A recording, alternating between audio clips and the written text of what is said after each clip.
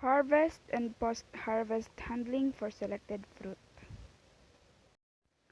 In agriculture, post-harvest handling is the stage of crop production immediately following harvest, including cooling, cleaning, sorting, and packing. Fruits, vegetables, and root crops contain 65 to 95% of water, and their post-harvest life depends on the rate at which they use up their stored food reserves and the rate for water losses.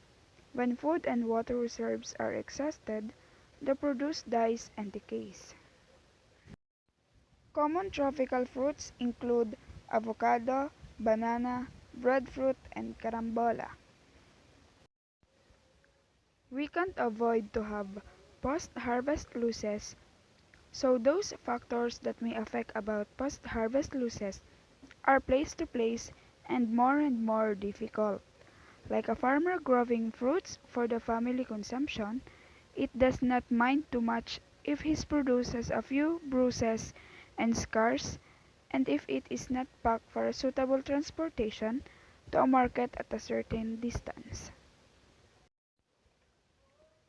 Farmer must give special and careful attention to the post-harvest chain, such as market demand for the produce they are planning to grow, market requirements and buyers, and knowledge of the fresh produce, cultivation practices, factors affecting post-harvest deterioration, harvesting and field handling, packing in the field, handling and packing in the packing house, common storage and refrigeration, transport, sale to agents, traders, or consumers, market handling and shelf life of the produce.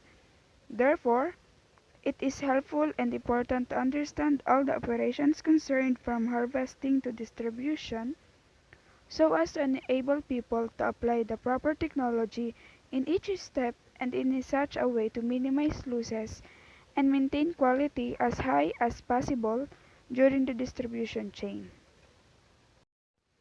Importance of post-harvest handling. By knowing the market and its needs, the grower can and must judge how important are the requirements of appearance, maturity, and flavor of his produce for the consumer. Those requirements are strictly related with maturity indices, which are influenced by a proper harvesting time. A farmer must therefore know the proper harvesting time for his produce.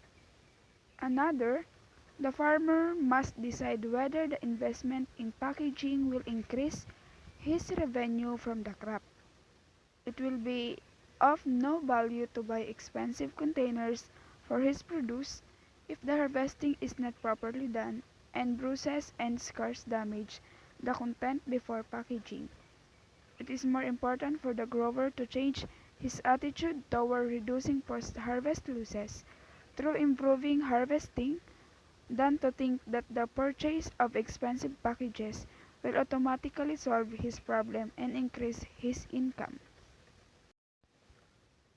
The post-harvest quality status and shelf life of the fruits in part will depend on some post-harvest handling practices and treatments carried out after harvest.